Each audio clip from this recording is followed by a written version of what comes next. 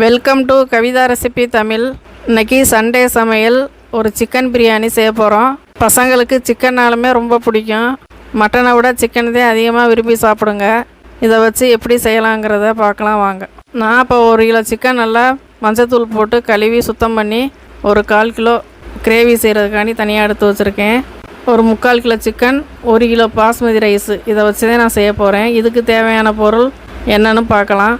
இப்போ ஒரு 3 வெங்காயம், நல்லா பெரிய வெங்காயம் இந்த மாதிரி நீல வாக்கில் கட் பண்ணி எடுத்து வச்சுருக்கேன். தக்காளி, ஒரு பழுத்த தக்காளி, ஒரு 3 தக்காளி கட் பண்ணி எடுத்து வச்சுருக்கேன்.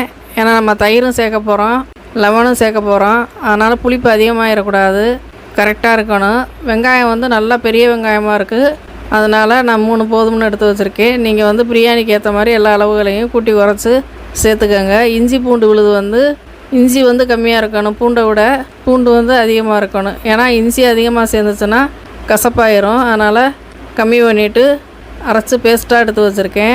பட்டை, கிராம்பு, ஏலக்காய், அன்னாசிப்பூ, சாதிப்பத்திரி, கல்பாசி, கிராம்பு எல்லாமே கசகசா எல்லாமே எடுத்து வச்சுருக்கேன். புதினா, ஒரு கட்டு புதினா அந்த மாதிரி எடுத்து வச்சுருக்கேன். நல்லா க்ளீன் பண்ணிவிட்டு நல்லா கழுவி சுத்தம் பண்ணி எடுத்து வச்சுருக்கேன். கொத்தமல்லி கொஞ்சமாக எடுத்து வச்சுருக்கு. இப்போ சிக்கன் நல்லா இந்த மாதிரி கழுவிட்டு ஒரு 3/4 கிலோ சிக்கன், இதுக்கு 1 கிலோ அரிசி கரெக்டாக இருக்கும். நீங்கள் 1 கிலோ சிக்கனுக்கு 1 கிலோ பாஸ்மதி அரிசி கூட சேர்த்துக்கலாம். நான் 3/4 கிலோ சிக்கனுக்கு 1 கிலோ அரிசி சேர்த்துருக்கேன். நீங்கள் இந்த மாதிரி பாஸ்மதி ரைஸ் இல்லைன்னா நீங்கள் வீட்டில் எப்போவும் சமைக்கிற அரிசி இருந்தால் கூட அதில் கூட நீங்கள் செய்யலாம் அந்த மாதிரி சிக்கன் வச்சு. இப்போ நான் அந்த மாதிரி பிரியாணி பாத்திரத்தை எடுத்து ஸ்டவ்வை பற்ற வச்சு இந்த மாதிரி பாத்திரத்தை எடுத்து வச்சுருக்கேன். நல்லா எண்ணெய் ஒரு 4 குழிக்கரண்டி சேர்த்துருக்கேன். ஏன்னா பாத்திரம் பெருசாக இருக்கிறதுனால இது 2 கிலோ கூட செய்யலாம். நான் 1 கிலோ தான் செய்ய போகிறேன். இப்போ இதுக்கு தேவையான எண்ணெய் நீங்கள் பாத்திரம் பெருசாக இருக்கிறதுனால அளவு தெரியாது, அதனால் 4 குழிக்கரண்டி சேர்த்துருக்கேன். எண்ணெய் நல்லா சூடாகட்டும். சூடானதுக்கு பின்னாடி பட்டை, கிராம்பெல்லாம் சேர்த்துக்கலாம். இப்போ எண்ணெய் சூடாயிருச்சு. இது கூட இப்போ பட்டை, கிராம்பு, ஏலக்காய், கசகசா எல்லாத்தையுமே இது கூட சேர்த்து நல்லா எண்ணெயிலே நல்லா பொரிஞ்சு வரட்டும். இப்போ எண்ணெயில் பொரிஞ்சதுக்கு பின்னாடி வெங்காயத்தை சேர்த்துக்கலாம்.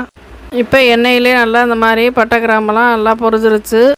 இப்போ இது கூட பெரிய வெங்காயம் நல்லா கட் பண்ணி எடுத்து வச்சுருக்க வெங்காயத்தை சேர்க்க போகிறோம். இப்போ வெங்காயத்தை இது கூட சேர்த்துட்டு வெங்காயம்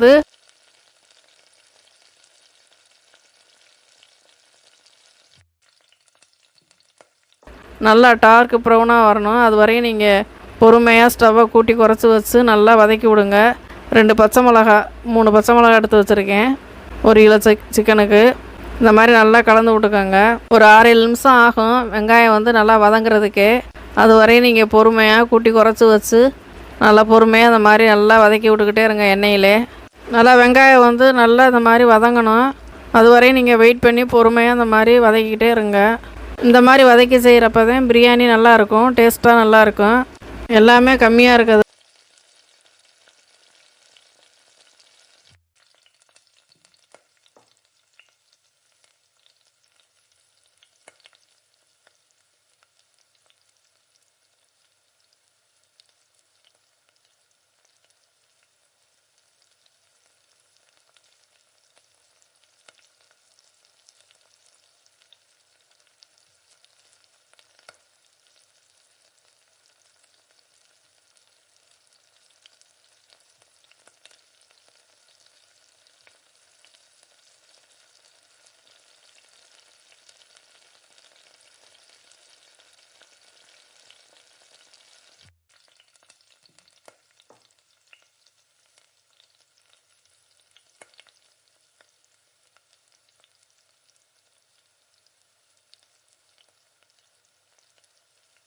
அதனால் 1 கிலோ சிக்கனுக்கு பாத்திரத்தில் கம்மியாக தான் தெரியுது இந்த வெங்காயம் நல்லா இன்னும்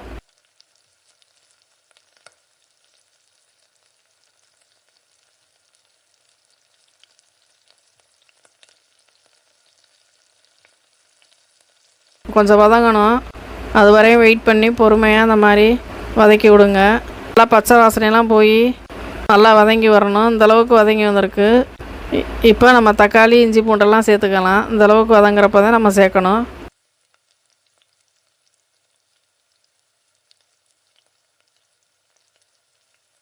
இப்போ ஒரு 2 ஸ்பூனுக்கு இஞ்சி பூண்டு சேர்த்துருக்கேன். இதையும் நல்லா பச்சை வாசனை போகிற அளவுக்கு நல்லா வதக்கி விடுங்க. இஞ்சி பூண்டு சேர்த்து இந்த மாதிரி எண்ணெயில் வதக்கிறப்ப நல்லா ஒட்டிக்கிரும் பாத்திரத்தில்.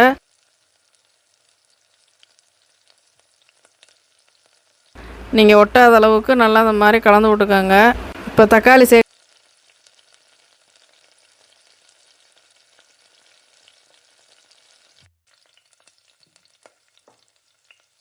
இப்போ பாத்திரத்தில் ஒட்டாது. இப்போ தக்காளி சேர்த்துக்கலாம். தக்காளி வதங்கிறதுக்கு கொஞ்சமாக உப்பு,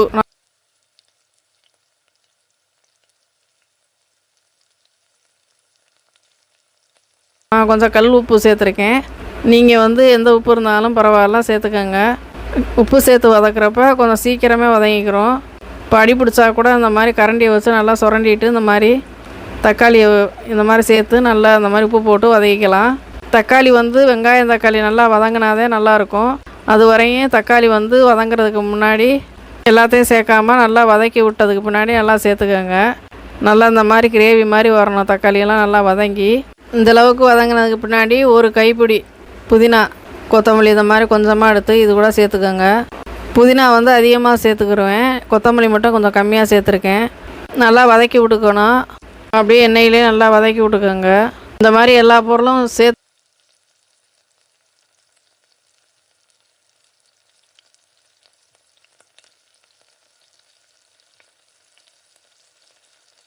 பண்ணுறப்பதான் கரெக்டான பிரியாணியோடைய ஃப்ளேவர் கிடைக்கும். இப்போ நான் அந்த பக்கம் பாசுமதி அரிசி ஊற வச்சுக்கிறேன். நான் ஒரு 3/4 கிலோ சிக்கனுக்கு 1 கிலோ ரைஸு எடுத்து நல்லா கழுவிட்டு ஊற வைக்க போகிறேன். இப்போ இந்த பக்கம் நம்ம பிரியாணி மசாலா ஒரு 3 ஸ்பூன் 4 ஸ்பூன் சேர்த்துக்கோங்க. 1 கிலோ சிக்கனுக்கு காஷ்மீர் சில்லி ஒரு 3 ஸ்பூன் சேர்த்துருக்கேன். காரம் கம்மியாக இருக்கும். அதனால் நீங்கள் மிளகாய் பொடி காரம் அதிகமான மிளகாய் பொடினா கம்மியாக சேர்த்துக்கோங்க. இதில் காரம் இருக்காது. அதனால் நான் 4 ஸ்பூன் கூட சேர்த்துக்கலாம். காரம் இருக்காது. அதனால் நான் 3 ஸ்பூன் சேர்த்துருக்கேன். மஞ்சத்தூள் லைட்டாக ஒரு 1/4 ஸ்பூன் சேர்த்துருக்கேன். இப்போ மசாலாவையும் இது கூட சேர்த்து நல்லா இந்த மாதிரி கலந்து விட்டுக்கோங்க. இப்போ மசாலாவை நல்லா கலந்து விட்டு சிக்கன்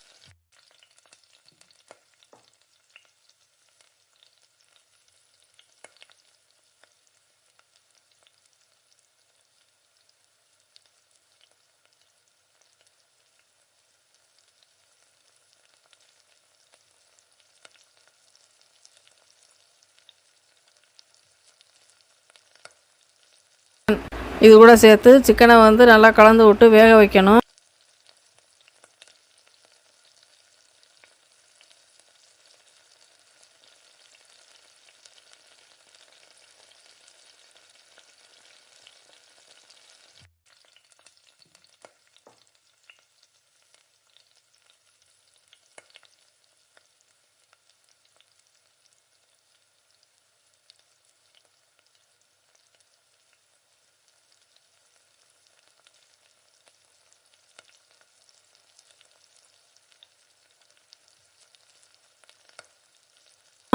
இப்போ அதுக்கு முன்னாடி உப்பு சேர்த்துருக்கேன்.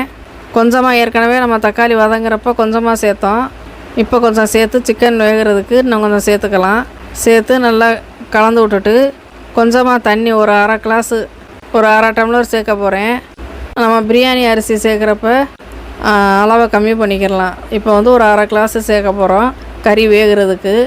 இதை வச்சு நம்ம அரிசி சேர்க்குறப்ப கொஞ்சம் கம்மி பண்ணிக்கலாம் தண்ணியை.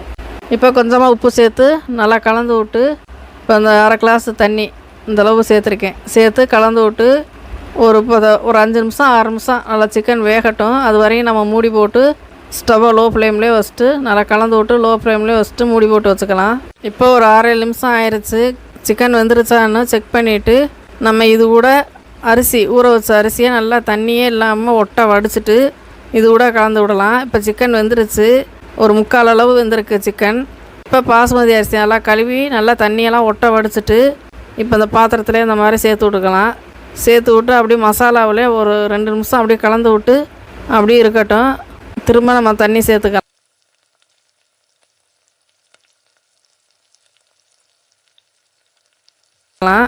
இப்போ நான் தண்ணி 1 டம்ளருக்கு 1.25 டம்ளர் தண்ணி எடுத்திருக்கேன். ஏன்னா அரிசி கொஞ்சம் பழைய அரிசி மாதிரி இருக்குது, சீக்கிரம் வேகாது. அதனால் நான் 1 டம்ளருக்கு 1.25 அரிசி கரெக்டாக இருக்கும். ரொம்ப நேரம் நான் ஊற வைக்கிறதும் இல்லை, ஏன்னா உடஞ்சிரும் அரிசி. அதனால் 15 நிமிஷம் தான் நான் ஊற வச்சுருக்கேன். இப்போ வந்து தண்ணி ஒரு டம்ளருக்கு 1.25 அளவு டம்ளர் தண்ணி எடுத்து இப்போ பாத்திரத்தில் இந்த மாதிரி சேர்த்துருக்கேன். இப்போ உப்பு இருக்க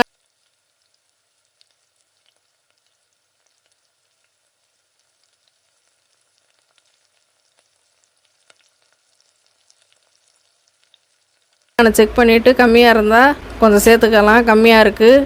உப்பு வந்து கொஞ்சம் லைட்டாக அதிகமாக இருக்க மாதிரி இருக்கணும். இப்போ தண்ணி சேர்த்தாச்சு.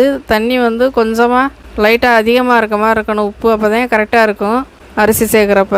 இப்போ இது கூட நெய் சேர்த்தாச்சு. நெய் வந்து ஒரு 3 ஸ்பூனுக்கு சேர்த்துருக்கு. எலுமிச்சம்பழம் வந்து ஒரு எலுமிச்சம்பழம் கட் பண்ணி நல்லா புளிஞ்சு விட்ருக்கு. இப்போ கடைசியாக கொத்தமல்லி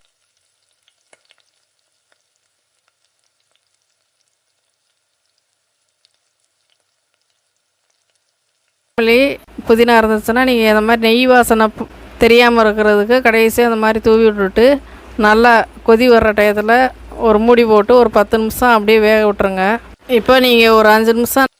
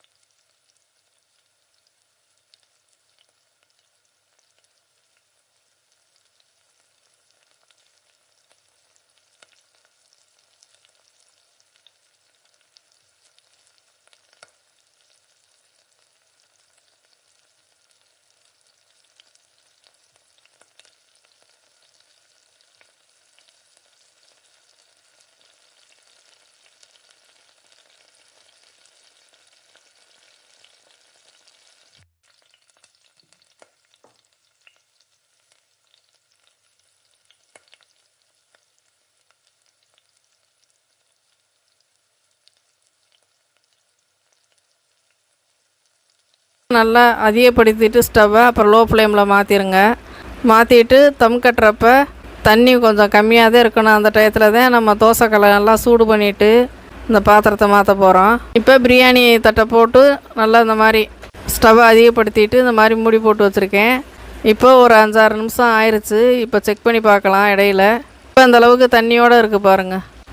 இப்போ இந்த மாதிரி நல்லா ஒரே மாதிரி இந்த மாதிரி கரண்டியை வச்சு இந்த மாதிரி அழுத்தி விட்டுட்டு இந்த ஸ்டவ்வில் வந்து